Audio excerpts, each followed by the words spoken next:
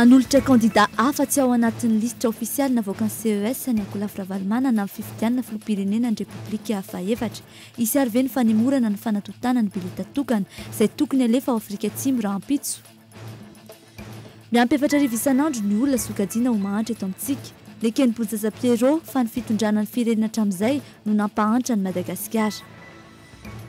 Tambajotra iray manontolo amin'ny resaka fakana-kery ny teratany Karana sy Sinoa no trahateky ny kompanian'ny zandarmeria pirenena n'Antananarivo renivohitra androany. Karohina kosa ny ato teratany malagasy iray mizaka so-pirenena frantsay mpitarika azy ireo, valo kosa no voasambotra. Ary farany, tsy hita ny akamaroan'ny panneau de circulation eto amintsika, tsy misy anaovana fampiarana ireo mpamily fiarakodia vita fianarana. Antony iray mahatonga ny lozam-pifamoivoizana ihany koa ny tsy fisian'izy ireny.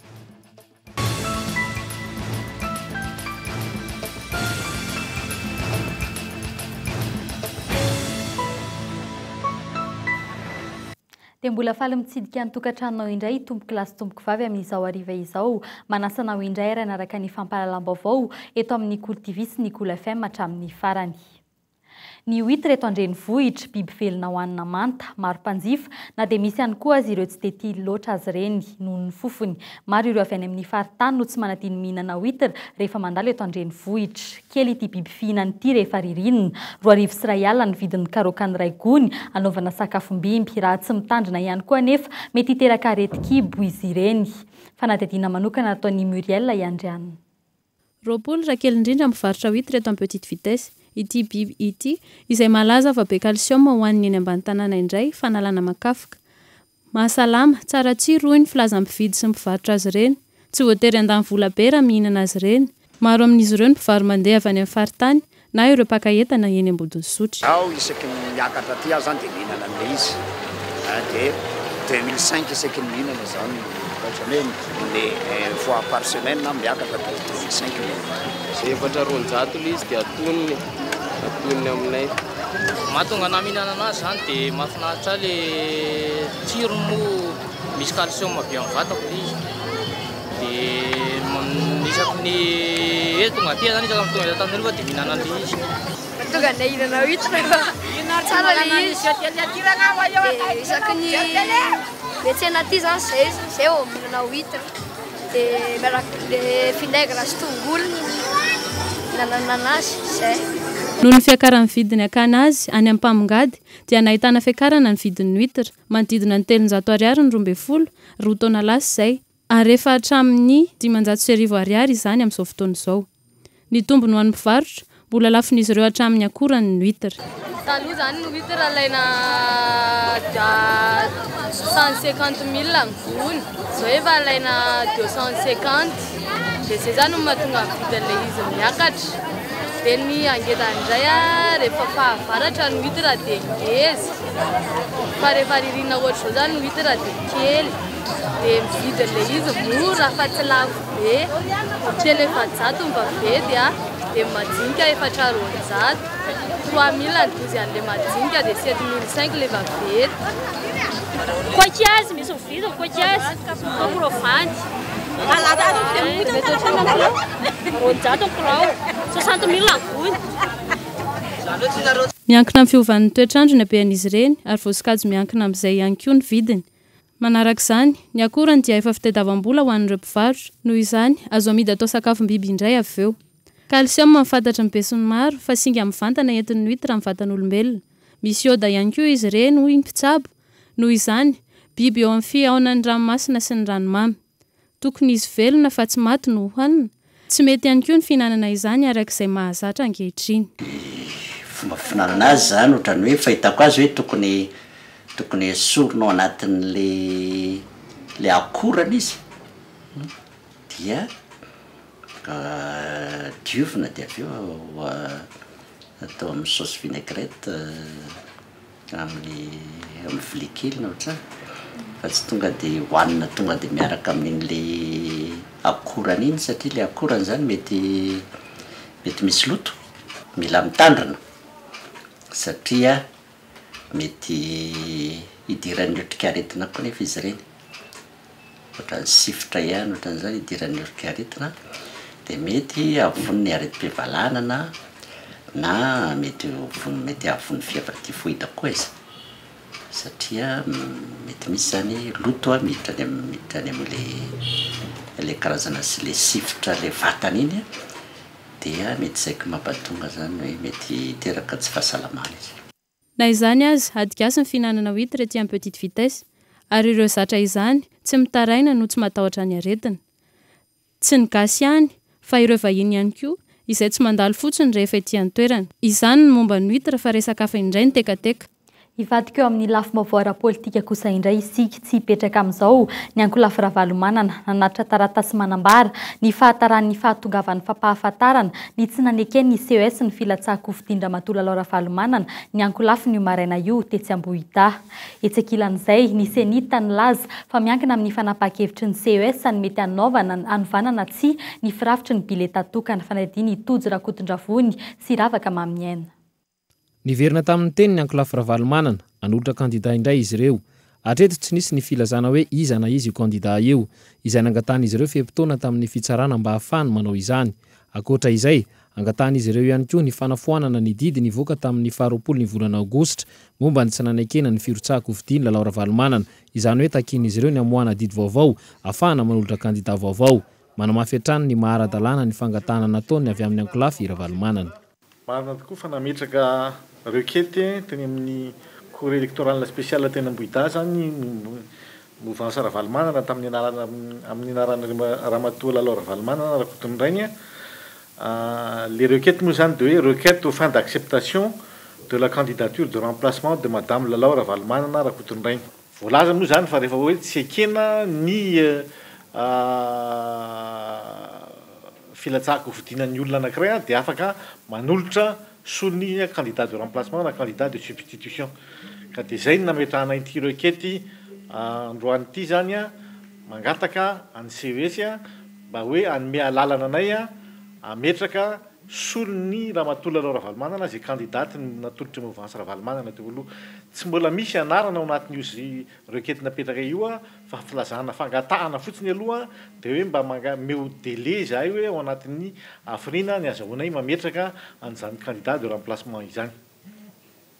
Ho an'ny voamera maleo tena amin'ny sanan'ny fifidianana mandritra ny tetezamita na ny senita dia miandry ny fanapaha-kevitry ny CES izy ireo na dia ho aza ny fandrosoan'ny asa ary eo ampiandrasana ny andefasana ny bulletin tokana tsy Afrika Atsimo dia ny CES ihany no manome ny toromarika mikasika ireo candidat izay afaka mirotsaka ho vidina.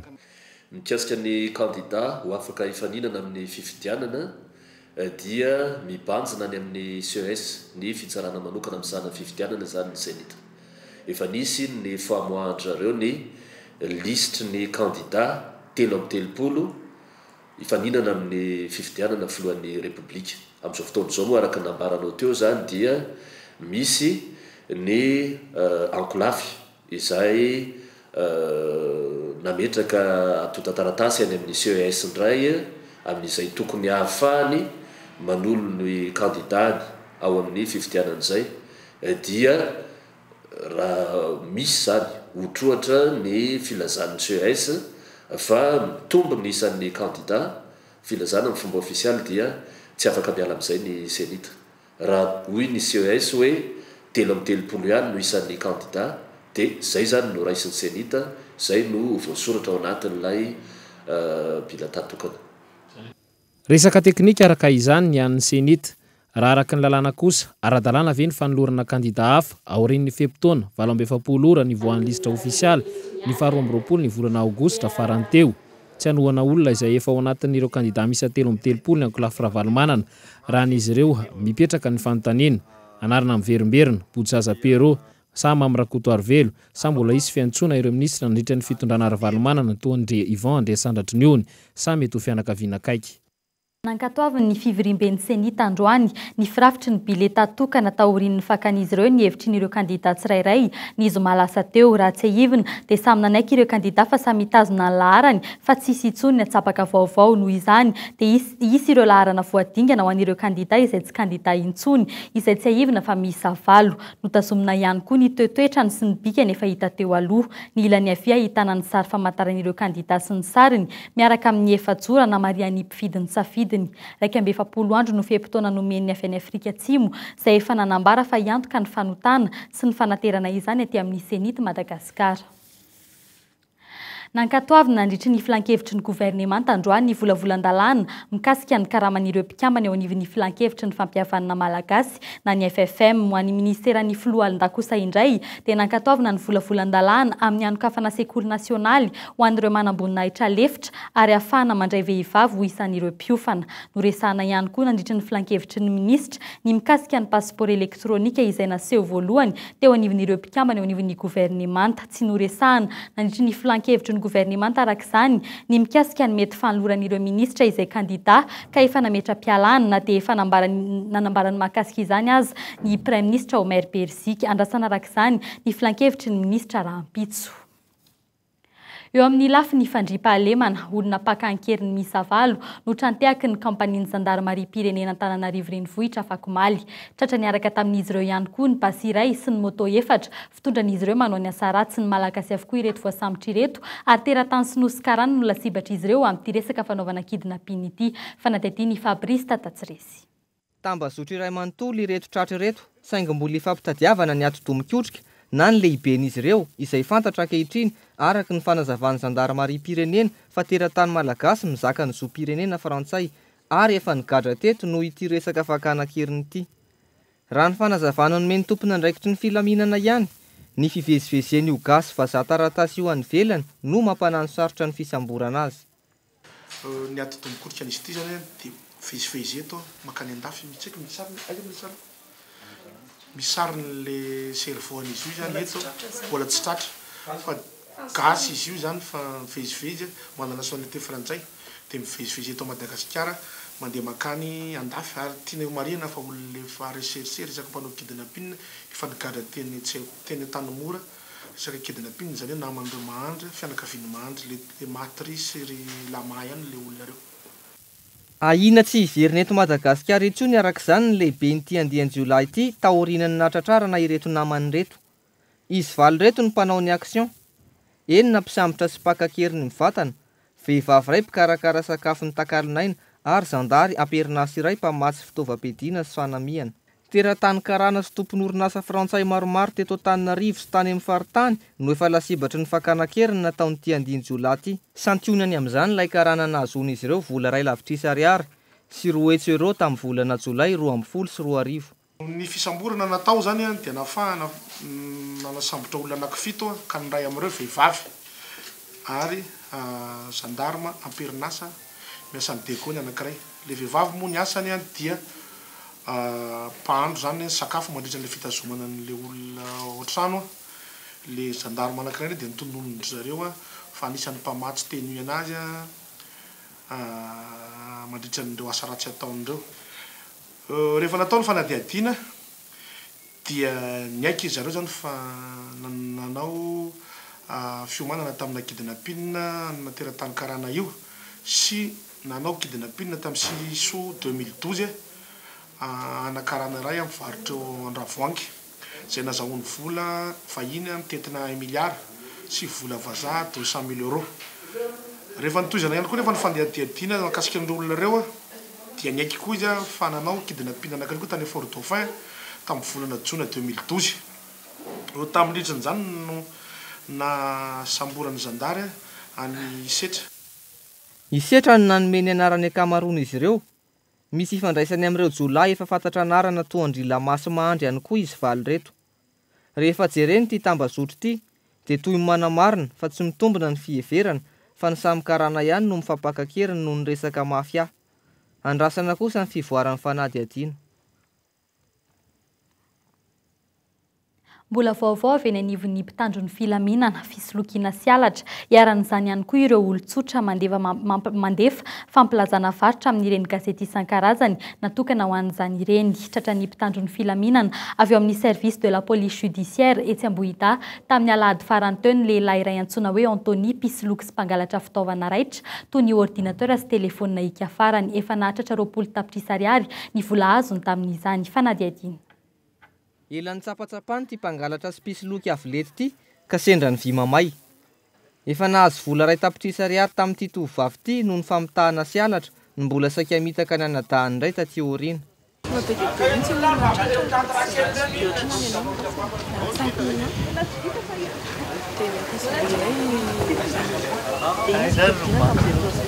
Téléphone, iPhone, c'est des Samsung Galaxy S3.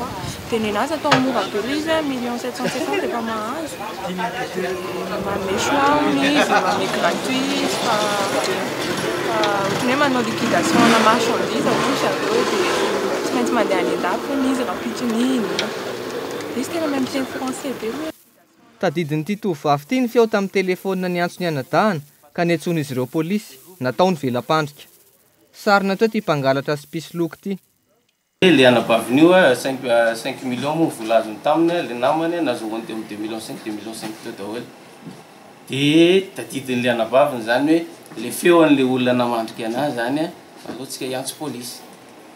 Dia vao niantso polisy moa izy dia nitiliana lavitra le izy izy io tokoa le bandy. Dia zay no nafana sambotra anazy ny fomba fanaovany azy misy an'ireny le appareil informatique, téléphone, moto le ataon'ny olona annonce amin'ny vidivarotra reny dia miantso mihitsy zany izy ohatran'ny olona hividy an'le téléphone dia mifanao fotoana dia miady varotra amin'ilay olona dia hoentiny amina toerana anankiray na société io na ministère na tranon'olon-tsotra hoentiny makao le olona dia say miandro eo andraso vetivety afaka le vola dia hoentin'le fitaovana diny izy nitsika dia tsy vitan'le appareil no ataony fa ndraindray koa vola koa zany no ananovany proposé indray izy hoe manana ordinateur be da be izy zay mora vidiny manana ihany koa izy toy le anina nouveau modèle hoe tablette le téléphone le raitra be le iPhone na le Samsung Galaxy reny proposé-ny aman'olona dia raha mame 1,5 millions anah nareo dia mahazo téléphone anankiroa dia le olona moa hoentin'le hoe mora le zavatra dia roboka dia manome vola dia rehefa avy eo azo le vola dia mody hoentiny andraso vetivety eto ary fa akan'le fitaovana voentiko amin'ny baoritra le fitaovana avy any dia misafidy fotsiny nareo zay tianareo dia iny izy mitsity. Olona folo mahery no efa lasibatra tamin'ity fomba ratsy ity ary tena mahay mampiresaka sy mivarotra pitsanganana ny lehilahy. Vola 20 tapitrisa ariary nefa azo ny vokatra izany ankoatra ny fitaovana lafo vidy toy ny finday sy ny solosaina. Tratra niaraka taminy avokoa ireo entan'ireo. Fantatra ihany koa fa efa endro ny ovanarana izy taoriana ny voan'ny fonja ny volana febroary 2024 farany teo. Rakoto Nosy Haja nantenaina Didier no anarana ny entiny tamin'ny voalohany. Ny VAOVAO Antony indray zany taty aoriana. Mila mitandrina ny mivarotra sy mividy entana amin'ireny gazetim-barotra samihafa ireny hoy ny tompona andraikitra. Aokotsika ho maily satria matotsika mandefa annonce amina vidivarotra amin'ny fitaovantsika dia tiatsika ho lafo le izy kanefa kosa mila mitandrina atsika amin'izay olona miantso atsika. Aleo mihitsy le izy hoe tiany ianao dia tiany anahy zany hoe mitondra vola mihitsy le olona complet dia manolotra vola le olona dia livrenao ny entana. Fa tsy ho rebireben'olona fotsiny hoe andraso fa ato ny lehibe anay ato m'intéressé an'ity fa andraso vetivety eo fa hoentiko ao aminy ity avy eo le olona tsika. Mivezivezy any amin'ny faritany tongatra ny Mahajanga, Fort Dauphin, Tomasina ary eto Antananarivo ty lehilahy ty manao ny famitahana sy ny fisolokiana olona. Telo ireo niaran'izany no efa tonga tetsy amin'ny polisy n'Ambohidahy. Mbola karohina ankehitriny ny vehivavy iray antsoina hoe Posy izay mpiaraka aminy. Mpandrebireby olona no asan'izy io raha toa ka misy mitady isalasala ireo client tratran'izy ireo.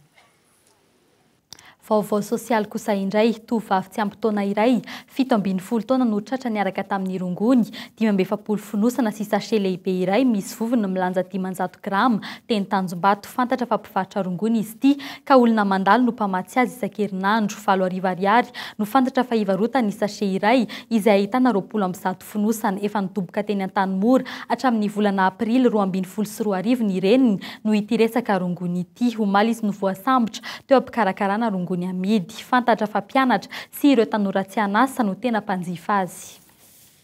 Eo amin'ny lafiny toe-karena kosa indray mifampiankina ny toe-karena sy ny toe-drarara politika eo amin'ny firenena iray. Mahatratra amin'ny $1 isan'andro ny fatiantoka teto Madagasikara nanomboka ny taona 2024 ny antombohan'ny krizy raha ny salanisa avy eo anivon'ny primatiora lefitra misahana ny toe-karena sy ny taozava-baventy antony ny krizy ny fifampitokisana. Tsy mihodina araka ny tokony izy intsony ny sehatra tsy miankina raha tsy ilaza afa-tsy ny fandoava-ketran'ireo mpandraharaha tsy miankina tao amin'ny kitapom-bola-panjakana. Miato avokoa ireo famatsim-bola avy any ivelany toy ny aide publique au développement na ny APD izay ninatsasamanila teo anelanelan'ny taona 2024 sy 2025. Vokany mitombo 4,000 isan'andro ny isan'ny olona sokajiana ho mahantra isan'andro. Tsy nisy fivoarana tato anatin'ny krizy raha nambaran'ny Prime Ministre lefitra misahana ny toe-karena sy ny taozava-baventy androany. Ny Madagasikara tsy mahantra fa ny fomba fitantana Madagasikara mampahantra ny vahoaka malagasy. Zay ny zava-dehibe fantatra. Misy manko miteny hoe ny Madagasikara mahantra, tsy mahantra mihitsy ny Madagasikara raha ohatra ny jerena ny arenina rehetrarehetra zay anatiny na ny malagasy manam-pahaizana, ny arena ankibon'ny tany, misy ny arena izay nomeny natiora ny au niveau ny ity amin'ny raha famresaka amin'ny natiora ny tiako resana zany ny ambony dia misy daholo fa le fomba fitantana Madagasikara zany mampahoatra ny vahoaka malagasy. Ka zay zany magnano miantso foana zay hoe mba ajanona am'izay ty adiady politika isan'andro ty fa aloha am'izay antsika anarina indray mandeha zay amin'ny toerana zay tokony asiana Madagasikara ny ty firenentsika ty. Nahatratra 770 isanjato ny tany fahantrana tamin'ny taona 2024. Tamin'ny taona 2025 kosa dia nahatratra 780 isanjato izany hoe nitombo 7 isanjato. Mazava ho azy fa raha vao amin'ny resaka fahantrana na ny antony nampahantrany Madagasikara hatramin'izay raha ampitaina amin'ny firenena hafa ny lahatra tamintsika 30 taona lasa izay toa ny Japon ohatra dia tompona ndraikitra amin'izany avokoa ireo mpitondra rehetra nifandimby teto hatramin'izay ka hatramin'izao. Fampahafantarana ny toerana misy an'i Madagasikara eo amin'ny sehatra rehetra raha toe-karena no ataony 2 andro natokana ho an'ny toe-karena androany sy rahampitso etsy Anosy. Ivon'ny vokatra frezy izao eny an-tsena, tsy any Ambatofotsy ihany no ahitan'izany betsaka fa efa tonga ary miparitaka eny an-tsena eto an-drenivohitra ihany koa. Malaza ho mankarary ny frezy nilaza kosa ireo mpamboly izany fa tsy mampiasa zezika kisoa intsony ankehitriny. Raha mahatsikaritra isika fa venty avokoa ny ankamaroan'ny frezy tao anatin'ny herinandro izay fanadidiny Muriel Iandriana. Mivoaka avy any Ambatofotsy sy ny manodidina avokoa ny ampahany betsaka amin'ireo vokatra frezy. 900 taona isan-taona ny vokatra eto amintsika. Mitobaka eo anivon'ny tsena ity voankazo iray ity amin'izao fotoana izao. Ny vaovao tato anatin'ny herinandro izay vaventy tokoa ny frezy. Tsy aharitra nefa izany fa hiaina tsikelikely araka ny fandrosoan'ny fotoana. Nahalaza fa mahavony aretina cysticercose ny fihinanana ity voankazo ity. Miaro tena ireo mpamboly no sady mpivarotra izany. Isan'ny fampanarahan-penitra ny mampiasa an'ireny zezikomby ireny.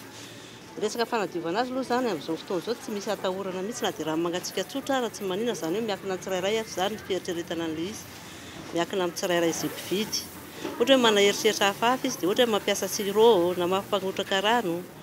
Matao raha mangatsika tsotra fotsiny ary izy dia efa tsisy atahorana mihitsy momba an'io satria izay efa mampiasa zezikomby daholo izao ny ampiasaina ny fambolena frezy. Any amin'ny volana Mey Jiona no miakatra ny vokatra frezy voalohany nambolena an-tanimboly. Amin'izao fotoana izao kosa fiakaran'ireo nambolena an-tanimbary. Mivadika amin'ny barikety kosa ny fambolena izany amin'ny volana Septambra. Izany hoe in-telo isan-taona raha kely indrindra no miakatra ny vokatra frezy. Amin'ny voalohany ny habean'ny frezy rehefa vao manomboka izy dia tena vaventy mandritra ny 3 volana izy dia miaina majinika. Dia rehefa majinika izy zany dia miakatra indray ny manaraka. Izany hoe mandeha ambaratoana zany ny fiakaran'izy io. Misy le ambolena tamboly zany miakatra aloha. Dia misy fambolena tambary dia le ambolena tambary zany vaventy kokoa noho le atanimboly. Dia amin'ny fotoana ohatr'izao zay mbola tsy dia manao amin'ny barikety fa any amin'ny volana Septambra zay vao manao amin'ny barikety satria amin'izay vao tena ankapobeny. Tena anatin'ilay fotoana fiakarany be mihitsy zany amin'izay. Dia ny vidiny amin'izay izy efa mba midina fa zao izy loha mbola any amin'ny 10 000 ny farany ambany. Manoloana izany ho an'ny mpividy tsy sakana ho azy ireo ny lazan'ity karazam-boankazo ity ny hoe mankarary izany. Ny ankizy no isan'ny mpankafy manokana an'ity karazam-boankazo ity. Manoloana izany ny fitandremana ny tsy maintsy atao betsaka. Raha vao mihinana an'ity zany ka hoe tsy misasana matetika dia lasa voantazo. Zay zany hitako ohatrany hoe nazo an'ilay zanako mihitsy. Tratrany sisy ity mihitsy aza ilay anankiray. nefa tian'ilay ankizy ilay izy dia tsy sanvidy be dehibe fa indraindray vao mividy dia ataoko sasako madio be fotsiny. Fomba fikarakarana azy a, sasana tsara izy rehefa afaka le tapony ambony le hodiny tsy ny tahony dia sasana matetika izy a dia alona rano misy vinaigre dia ampangotrahana kely izy fa tsy elaela mba tsy afaka ny vitamine dia avy eo izy a zay vao atao asiana siramamy kely raha ohatra atahorana arkivy. Commune vitsivitsy toa Ambady fotsy, tsy afa, Ambady fahavalo, Ambohijoky ary Bongatsara no mpamokatra fraise be indrindra eto amintsika. Araka ny taray marika avy amin'ny ministera ny fambolena 700 ny vokatra ihany no mandalo usinina. Ny 770 kosa amidy amin'ny tsena eto an-toerana. Ny fraise izay voankazo isan'ny mora simba sy mora lo ihany koa raha tsy lafo ao anatin'ny iray andro ny hotazana azy. Iverinantsika kely ny vaovao mahakasika ny fifidianana araka ny vaovao farany voaray dia tsy azo ny CESRS na intsony ny requête avy amin'ny mouvance Ravalomanana mahakasika ny fanesorana any Ramatola aloha Ravalomanana.